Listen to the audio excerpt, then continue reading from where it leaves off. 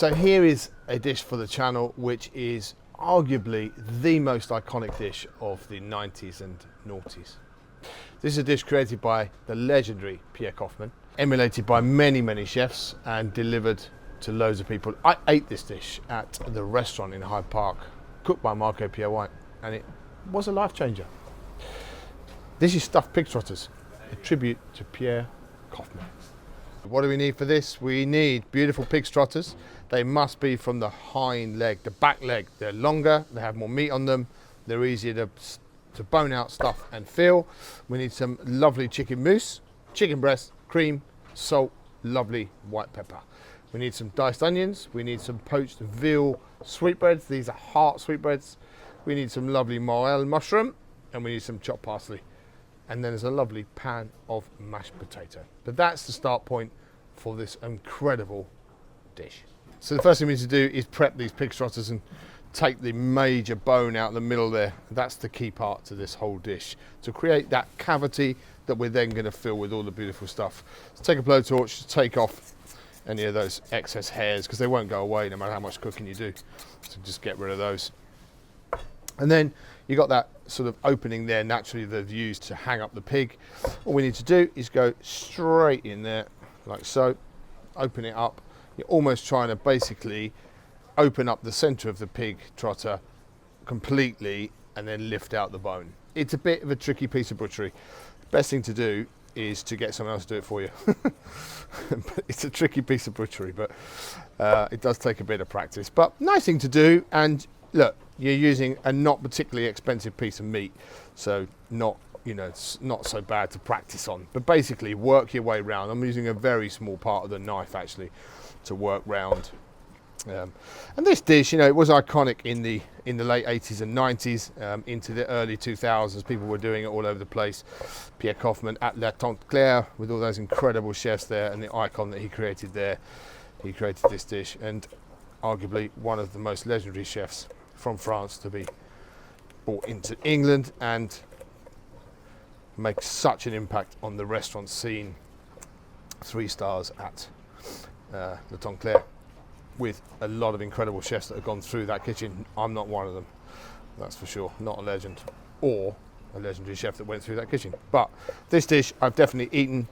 When I worked at the Square, Phil, who had worked for Marco and cooked these many times, made these at the Square and sort of taught me how to do it there. So thank you to him for that. So you need to get round and you end up at these little sort of pinky toe bits here. Just gonna get underneath the little ball joint. You're trying to find the ball joint basically, so you can sort of go through. You can just cut straight through that ball joint like that.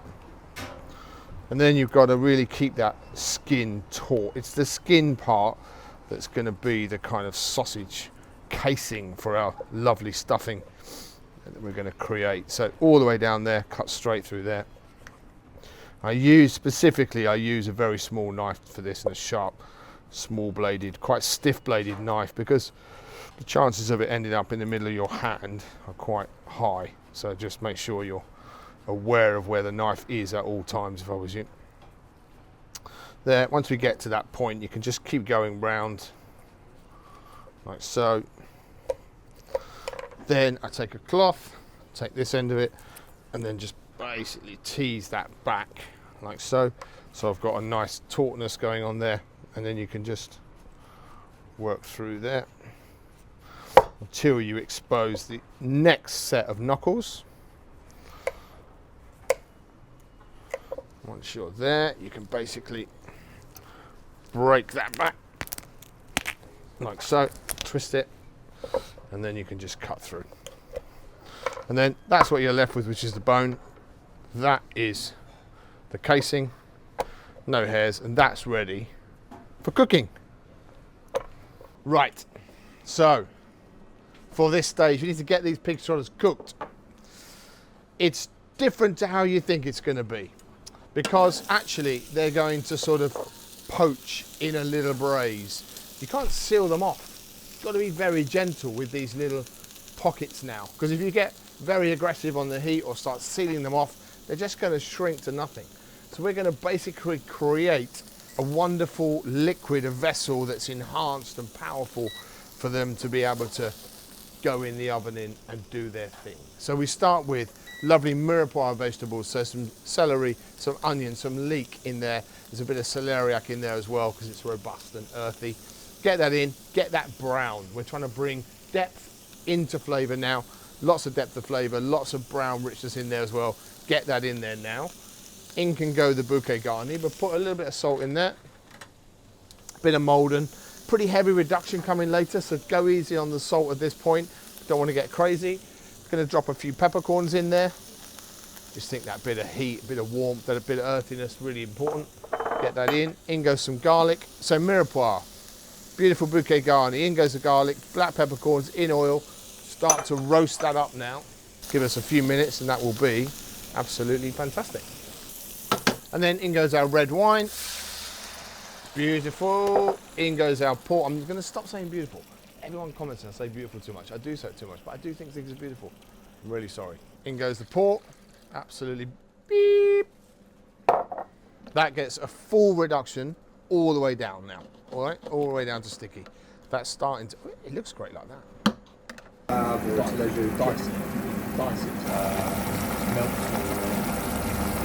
Okay, so that's that reduction of wine and port all the way down. Really beautiful. Starting to actually split out now again with the oils. That's absolutely fine.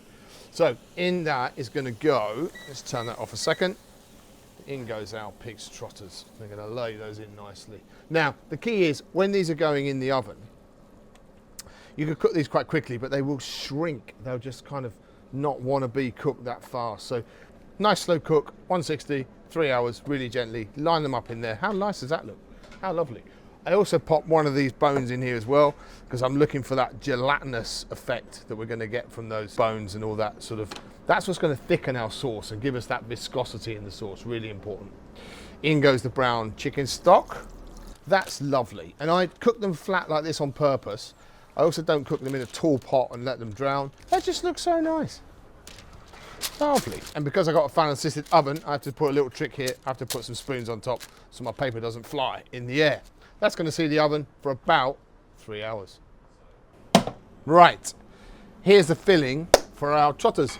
This is arguably the nicest part of the whole thing. I mean, the trotters is a really lovely, unctuous piece of meat to eat. But what's inside is the treasure. So I guess there was some sort of irony when Pierre came up with this.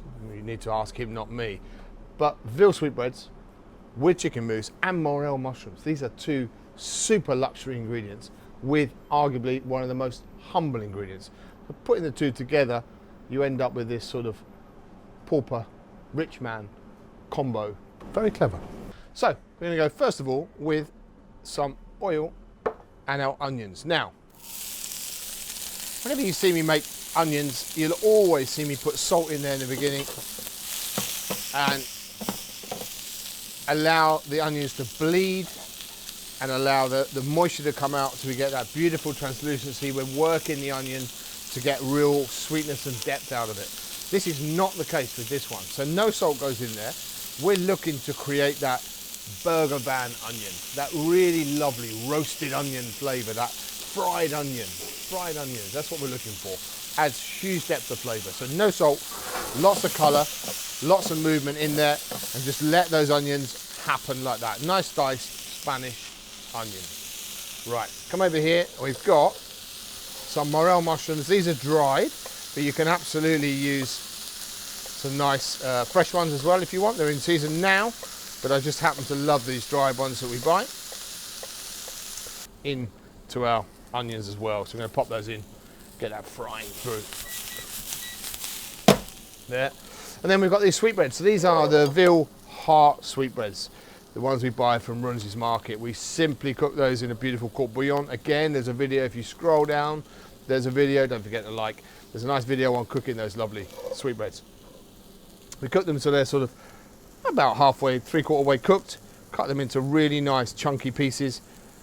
So they're sort of yay big, right? They're not too small. They've got nice big chunky pieces to them. So when you eat that trotter, you really feel the sweetbread as well. They go into our chicken mousse. You need to be generous with these. They're a very important part of it all. There you go, in nice big chunky piece of sweetbread. Utterly delicious and a real delicacy for people that know and love sweetbreads. Right, so these are our lovely fried onions. They're ready now. I've turned that off. I'm going to leave that to cool right down until they're sort of really just below room temperature. You don't want to add those to the chicken mousse because adding them hot is going to split the mousse. That's going to go in there, big mix, into a bag, shape that up, tie it up, ready to stuff our pig trotters. So that's our lovely chicken mousse with our veal sweetbreads and our morels and our onions. Absolutely banging.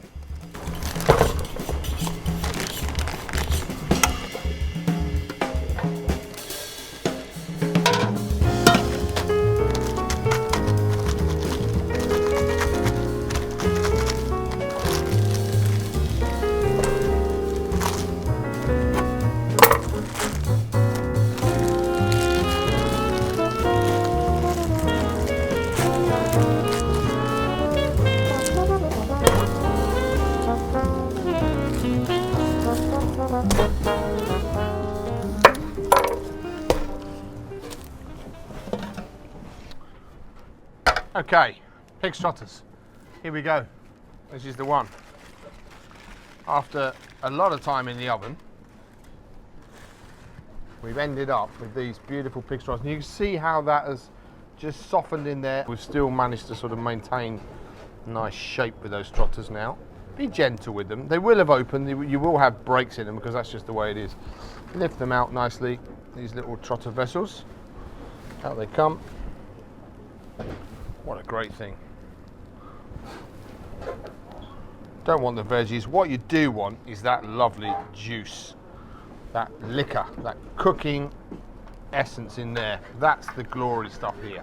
So we're going to drain that off, push it through a chinois. We're going to bring that to the boil, skim away the fat and reduce that down heavily, and that's our sauce for the end. So I'm going to get on with that separately, and then I'm going to look into stuffing these trotters and wrapping them for the final serving plate. Right, I'm just going to clear away any excess pieces of fat there that I don't want, because it's not necessary in there. There's so much going on in there, and I'm trying to sort of create a bigger cavity, as big as I can really. So really happy with that one. Ultimately, the filling is the most delicious part of all of this. So make sure you're creating enough space to get that filling in there. Okay, then after this, it's straight into that chicken mousse now. Like that. Wrap that up like that.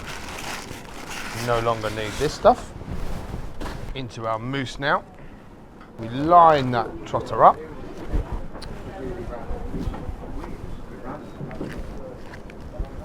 What we're going to do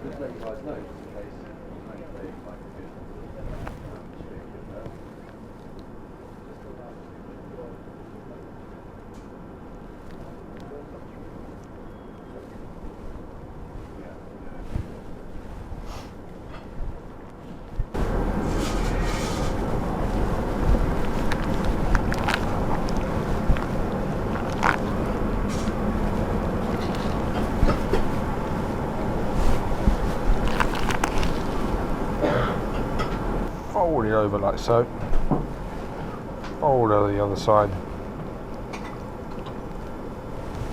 tuck that in.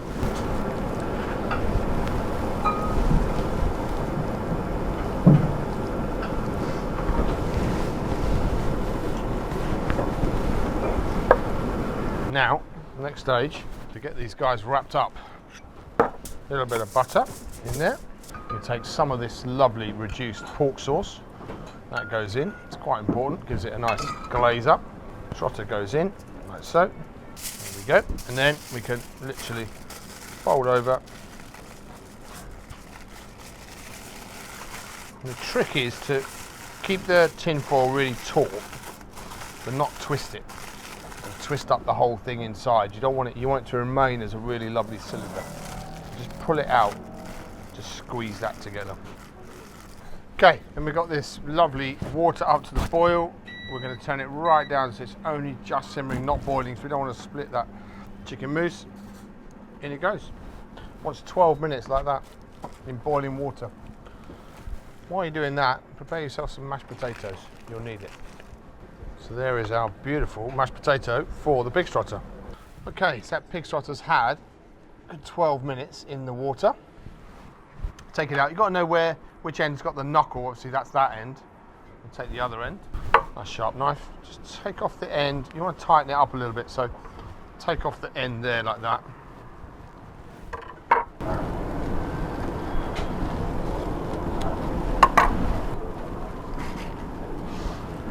Turn it over. So there is that beautiful pig trotter. Only thing that can accompany that really is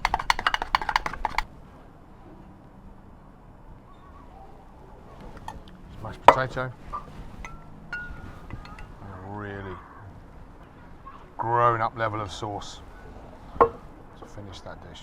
What an absolute masterpiece. Absolutely no garnish required. That is one of the finest dishes to ever be embraced in our country. Thank you very much, Chef Koffmann. The industry owes you big time. I don't know if there's a more iconic dish or a better dish than that. It's certainly a ball ache to make, but it's worth it every single time. Wow. Proper. You can try that, guys. Eating time. Thing. So good. That is the thing. In one day as well, Has. In one day. India, George, Savvy, you want to try this?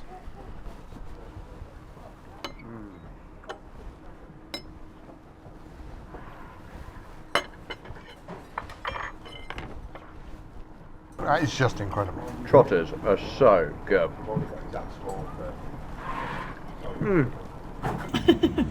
A mess.